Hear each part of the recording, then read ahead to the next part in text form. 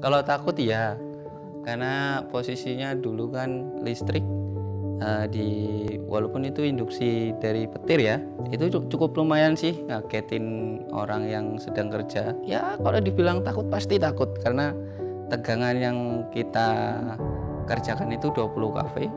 Sebenarnya pekerjaan sudah selesai, cuman waktu melepas grounding set ternyata malah kesambar petir jaringannya. Akhirnya induksi nyetrum di sikut sini, di siku. Kalau listrik padam itu kayak kan sering nih ada permasalahan listrik padam. Itu biasanya permasalahannya itu tuh penyebabnya apa biasanya? Kalau penyebabnya macam-macam ya Mbak. Kalau yang sering kita alami di Tabalong, di Tanjung, itu sebenarnya tidak lepas dari pengaruh faktor alam, bisa dari pohon, hewan, atau mungkin kalau mungkin lagi ada musibah, ada truk yang menabrak tiang listrik itu sendiri.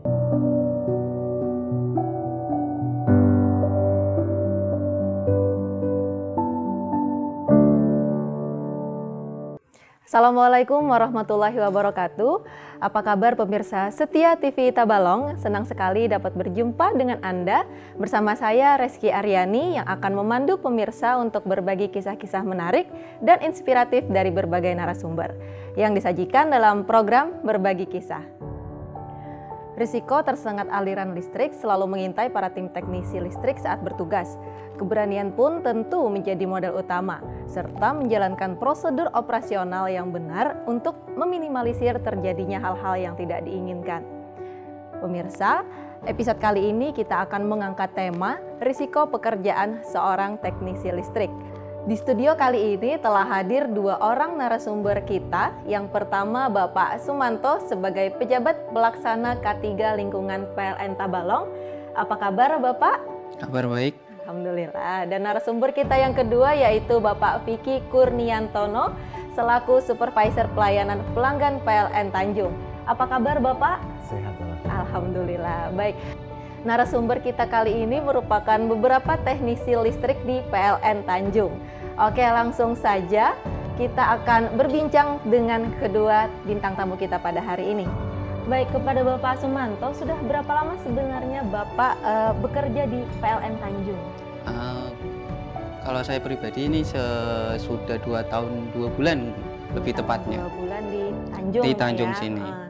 Kalau Mas Vicky? Kalau saya 1 tahun, tapi untuk PLN secara keseluruhan sudah berjalan 5 tahun. Sebelumnya berarti ada bertugas di tempat lainnya? Iya betul Mbak. Sama dengan Bapak Sumanto? Iya. Oke baik, sebenarnya saat bekerja itu apa saja tugas-tugas yang Bapak kerjakan? Kalau dari saya, karena posisi saya sebagai pejabat pelaksana K3L, saya tugas utamanya untuk memastikan tidak adanya kecelakaan kerja di lingkungan PLN maupun di luar lingkungan PLN, dalam artian masyarakat umum, seperti itu sih. Baik, kalau Mas Vicky sendiri apa sih yang dikerjakan nih di PLN? Izin menjawab, kalau dari saya karena saya diamanahkan untuk di pelayanan pelanggan dan administrasi, jadi saya lebih mengedepankan di kepuasan pelanggan yang pasti ya. Itu meliputi layanan pasang baru, penambahan daya, penyambungan sementara, dan tentu untuk layanan-layanan lain di PLN. Oke, banyak juga ya job desk-nya ya. Oke, sebenarnya kalau background pendidikan Bapak sendiri apa ya? Kalau saya backgroundnya SMA.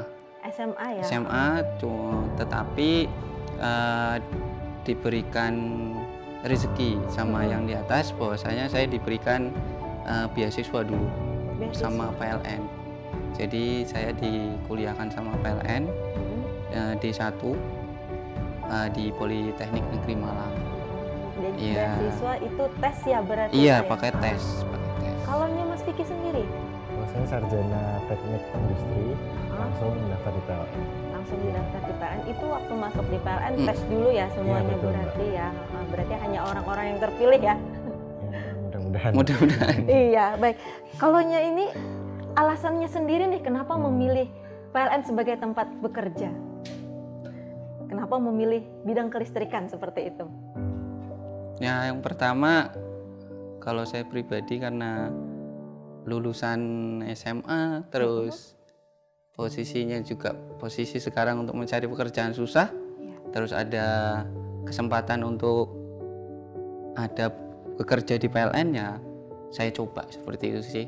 Nggak lebih spesifiknya ya mungkin untuk menunjang hidup lah seperti itu ya. Iya, karena ada kesempatan Karena juga ada kesempatan ya. juga ya. Kalau Mas Vicky sendiri? Ya kalau dari saya sebenarnya nggak terbayangkan sih Mbak bisa kerja di sektor kelistrikan, karena background saya juga sifatnya teknik secara umum, tapi mungkin karena PLN ini sifatnya pengabdiannya seluruh Indonesia ya, jadi merasa tertantang aja sih bisa melihat sisi-sisi lain yang mungkin hanya bisa kita waktu kecil hanya kita lihat di kampung halaman, sekarang bisa lihat di berbagai macam budaya dan suku bangsa. Iya, jadi pekerjaan ini menjadi tantangan ya. Oke, kemudian ada nggak sih perasaan takut mas-masnya ini, bapak-bapak ini, kalau bekerja di bidang kelistrikan? Kalau takut ya, karena posisinya dulu kan pernah kena induksi listrik, walaupun itu induksi dari petir ya, itu cukup lumayan sih ngagetin orang yang sedang kerja. Itu sempat ya kalau dibilang takut pasti takut, karena tegangan yang kita kerjakan itu 20 kV dan jaringan yang kita urusi cukup panjang, Mbak. Kalaunya Mas Vicky sendiri? Ya kalau resiko pasti ada ya, terlebih kita sudah punya keluarga, pasti akan kepikiran bagaimana cara kita istilahnya menjaga diri. Tapi kalau saat ini kan sudah ada SOP yang jelas dari bagian K3, jadi kita taati aja, mudah-mudahan selalu diberi keselamatan. Iya, jadi Pak Sumanto ini ya yang menganalisis semua resiko pekerjaan setiap pegawai PLN ya Pak ya. Tadi kan Bapak ada bilang induksi tadi, boleh dijelaskan lagi Pak, apa sih maksudnya induksi? Ya itu jadi induksi itu akibat dari jaringan kita tersambar petir. Tersambar petir, dan kebetulan itu saya pribadi yang mengalami. Waktu itu belum ada tenaga ahli daya waktu itu, jadi adanya pegawai PLN pribadi yang kerja di lapangan. Nah jadi pas waktu di atas sebenarnya pekerjaan sudah selesai, cuman waktu melepas grounding set ternyata malah kesambar petir jaringannya. Akhirnya induksi nyetrum di sikut sini, di siku. Ya nggak apa-apa sih, nggak, cuman kaget aja. Untungnya nggak terjadi hal-hal nggak yang apa-apa tidak diinginkan. Dari segi safety sudah terpakai semua kok, dari sepatu, terus full body harness, helm, sarung tangan sudah. Cuma yang namanya alam kita nggak ada yang tahu kayak gitu. Tidak ada yang bisa memprediksi ya Pak ya. Lalu selama bekerja di PLN Tanjung ini setiap hari ada yang diperbaiki terus masalah kelistrikan? Kalau dari PLN yang pasti sih setiap hari perbaikan, kalau dibilang perbaikan sih ada, tapi cenderung ke pemeliharaan. Jadi setiap hari PLN ULP Tanjung melaksanakan pemeliharaan jaringan, itu berupa ROW ataupun perbaikan konstruksi ataupun perbaikan yang lainnya, seperti itu sih. Jadi ada berbagai macam Pak ya yang lebih ke perawatan ya. Iya. Oke baik. Tapi untuk biasanya melakukan perawatan atau perbaikan sendiri ada berapa orang yang turun ke lapangan? Jadi kalau di PLN Tanjung ada 4 tim, kalau dari pagi sampai sore itu ada 4 tim. 2 tim itu tim operasi, tugasnya untuk menyelesaikan gangguan. Yang satu itu tim pemeliharaan, yang satu tim ROW. Tim pemeliharaan itu yang seperti saya bilang tadi, perbaikan konstruksi. Kalau tim ROW lebih cenderung untuk perabasan pohon agar pohonnya tidak mendekati jaringan, seperti itu. Ya, jadi ada macam-macam tim-timnya yang khusus bertugas, ada job desk khusus dari setiap tim ya Pak ya. Baik pemirsa, setelah iklan berikut ini kita akan lanjutkan obrolan kita mengenai hal-hal yang dialami sewaktu memperbaiki listrik. Tetap di program Berbagi Kisah.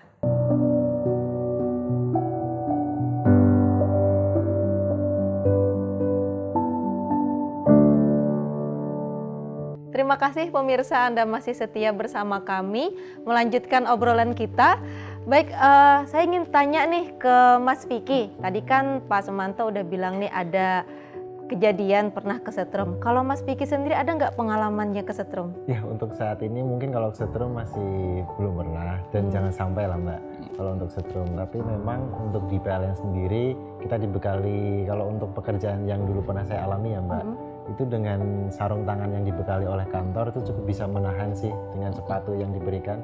Itu bisa cukup menahan untuk sengatan-sengatan yang mungkin masih terhitung 200 volt. Kalau pekerjaan di rumah ini kan tegangannya masih 200 volt ya.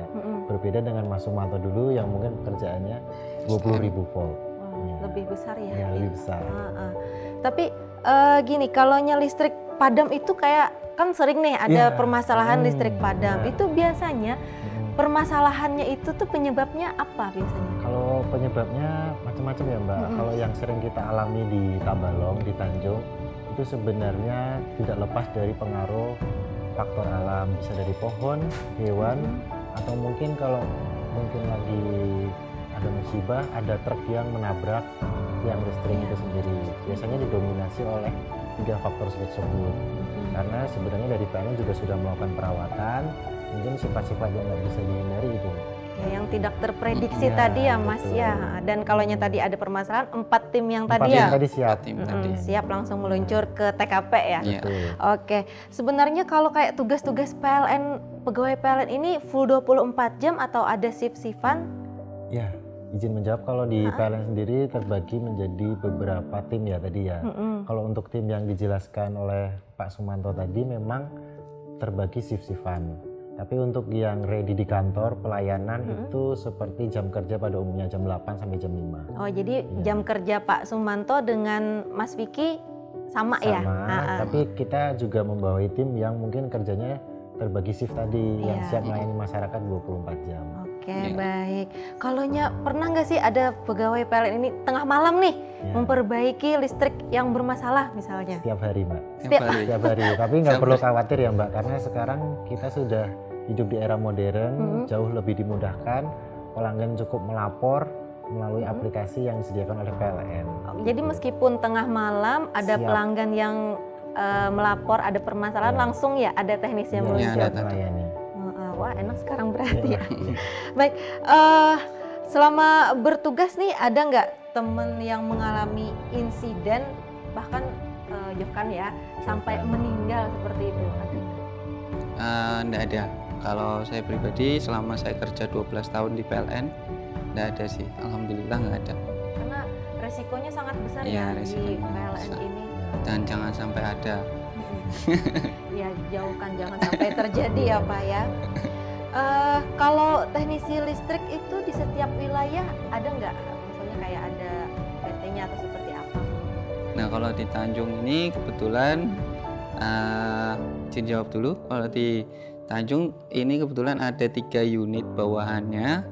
Nah itu di unit Muara Uya, Upau, sama Haruai. Jadi dari 3 unit itu mengcover untuk beberapa kecamatan. Kalau di Upau kebetulan 2 kecamatan, Kecamatan Haruai sama Upau. Kalau Muara Uya itu Uya, Jaruk. Haruai itu untuk Haruai sendiri sama Bintang Ara. Jadi kalau dibilang di setiap daerah ada atau enggaknya, bisa dibilang ada karena posisinya mereka area kerjanya sebesar itu. Maaf ya Pak ya, jadi kalau misalnya ada permasalahan di kecamatan, mereka langsung lapor ke kantor pelayanan yang ada di sana ya? Iya, di nggak unit perlu setempat. ke PLN Tanjung?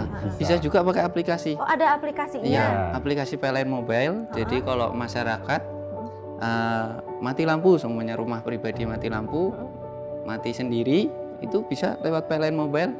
Jadi tanpa perlu biaya bensin ke kantor, tanpa biaya pulsa yang berarti, cukup kuota sedikit bisa sampai laporannya ke. Saya pelanggan PLN baru tahu ini.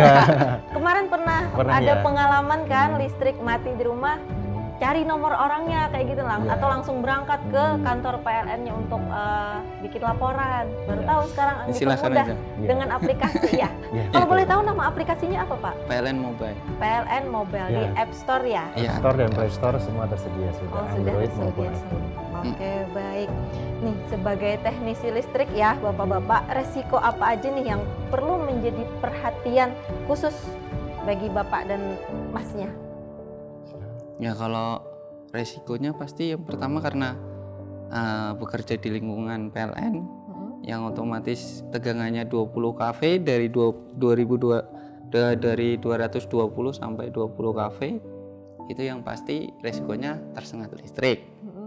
Terus resiko yang kedua, apabila bekerja di ketinggian itu ya resikonya jatuh. Posisi itu sudah ada peraturan perundang-undangannya kalau nggak salah.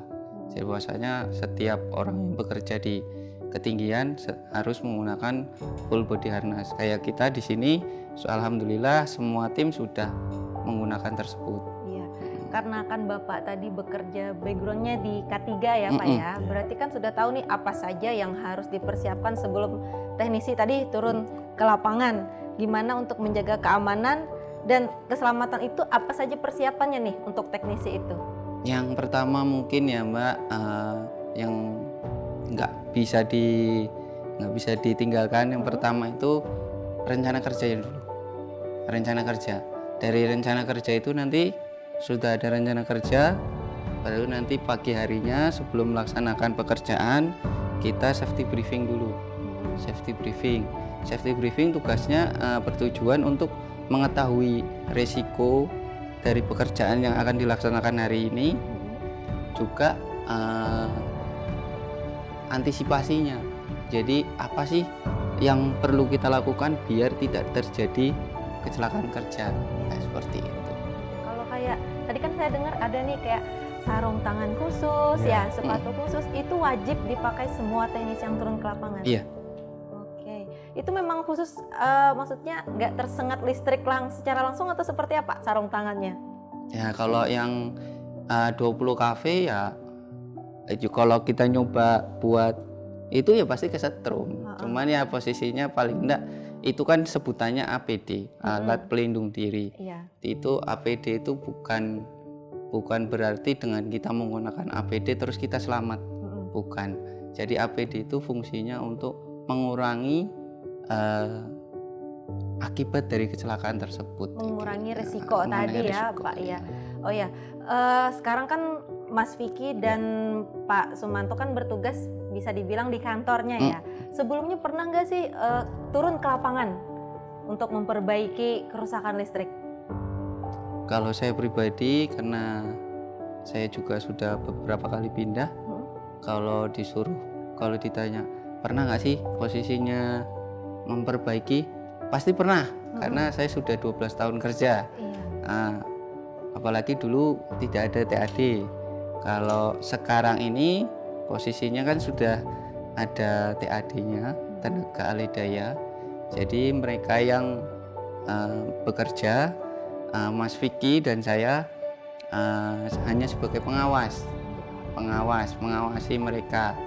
Kalau mereka posisinya mudah-mudahan sehingga mereka itu pekerjaannya betul, benar, terus mereka selamat, seperti itu. Tujuannya seperti itu. Kalau Mas Vicky sendiri? Ya, kalau dibilang pernah, pasti pernah ya. Bahkan di program-program tertentu, di siklus waktu tertentu, kita yang di kantor juga wajib mengawasi langsung jaringan kita ini supaya dapat mengalir listrik dengan baik. Kadang manajer pun, baik yang di Tabalong maupun yang di Barabai, itu juga turun ke lapangan untuk membersihkan pohon yang sekiranya mendekati jaringan. Oh, jadi untuk pekerjaan di lapangan tidak semua yang di lapangan yang harus turun, bahkan yang di kantor pun ikut serta berarti ya. Iya.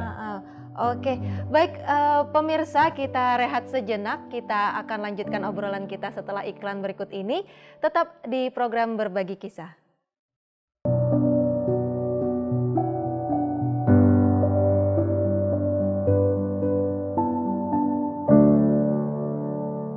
Baik pemirsa, kita sudah memasuki segmen akhir. Saya ingin memberikan beberapa pertanyaan lagi kepada narasumber kita hari ini. Ke Mas Piki dulu deh. Mas Piki kan di bagian pelayanan nih. Kalaunya ada laporan-laporan dari masyarakat, Mas Piki ini ada nggak sih ngecek ini titik-titiknya itu udah tahu di mana kerusakannya kayak gitu, misalkan ada laporan? Ya betul Mbak. Jadi izin menjawab, untuk laporan tersendiri ada dua jenis ya. Ada yang sifatnya keluhan dan ada yang sifatnya gangguan. Untuk keluhan sendiri biasanya sifatnya informasi ya. Kalau yang sifatnya informasi, kita harus meng-callback pelanggan yang lapor dalam kurun waktu maksimal 15 menit. Jadi 15 menit pertama pelanggan melapor, kita harus bisa terhubung dengan pelanggan itu, menjelaskan informasi apa sih yang dikeluhkan, masalah tagihan, masalah misalnya informasi seperti apa pelayanan pasang baru dan sebagainya. Tapi kalau yang sifatnya gangguan, kita harus cepat-cepat juga meneruskan ke tim yang tadi dijelaskan di awal. Nah itu maksimal harus diselesaikan dalam waktu 2 jam, harus sudah clear gangguan itu. Jadi sama-sama kita kerjasama antar bidang supaya pelanggan itu customer satisfaction-nya meningkat gitu sih. Iya, jadi pelanggan pun puas dengan pelayanan dari PLN gitu ya Mas ya. Baik, saya ke Bapak Sumanto. Nah, Bapak, kalaunya Bapak memberi saran atau himbauan ini gimana Pak? Kalaunya ada warga yang mengalami kerusakan listrik, baik itu misalnya di rumah ataupun di luar rumah. Izin jawab, jadi kalau memang ada gangguan seperti itu tadi, silakan aja datang pakai aplikasi PLN Mobile tadi. Kalau memang ada gangguan, nanti bisa lebih cepat karena itu sudah terpusat, jadi bisa langsung ditangani sama petugasnya. Paling sedikit tambahan untuk mengenai risiko bahaya listrik untuk masyarakat umum. Jadi diharapkan nanti setiap masyarakat umum yang banyak sih ya contohnya masalah risiko itu. Salah satu contohnya yang pertama, apabila ada masyarakat yang mau membangun rumah mendekati jaringan, itu jarak amannya 3 meter dari jaringan. Alangkah baiknya kalau ada jaringan mundur ke belakang lah, seperti itu. Takutnya nanti ketika pembangunan rumah menaikkan atap, petugas atau tukang yang masang atap nanti takutnya kesetrum. Atau enggak, contohnya lagi apabila masyarakat punya pohon produktif, contohnya mungkin perkebunan karet atau perkebunan sawit atau pohon produktif kayak mangga, rambutan dan sebagainya. Kalau memang bisa, masyarakat menanamnya agak ke belakang dari jaringan PLN. Kalaupun sudah terlanjur tertanam di dekat jaringan PLN, alangkah baiknya PLN diberikan izin untuk memotong pohon tersebut biar tidak mengenai jaringan. Itu tujuannya untuk mengamankan masyarakat tersebut sendiri sih. Seperti itu. Karena PLN pun bekerja semuanya agar masyarakat puas dengan layanan PLN dan listrik pun tetap bisa mengalir ke setiap rumah ya Pak ya. Baik pemirsa, itu tadi merupakan pertanyaan terakhir. Terima kasih sekali lagi kepada Bapak Sumanto dan Mas Piki yang telah meluangkan waktunya di program Berbagi Kisah. Saya Reski Aryani beserta kru yang bertugas pamit undur diri. Tetap saksikan program Berbagi Kisah tayang setiap hari Minggu pukul 8 malam hanya di TV Tabalong dan YouTube program TV Tabalong. Akhir kata, wassalamualaikum warahmatullahi wabarakatuh. Waalaikumsalam.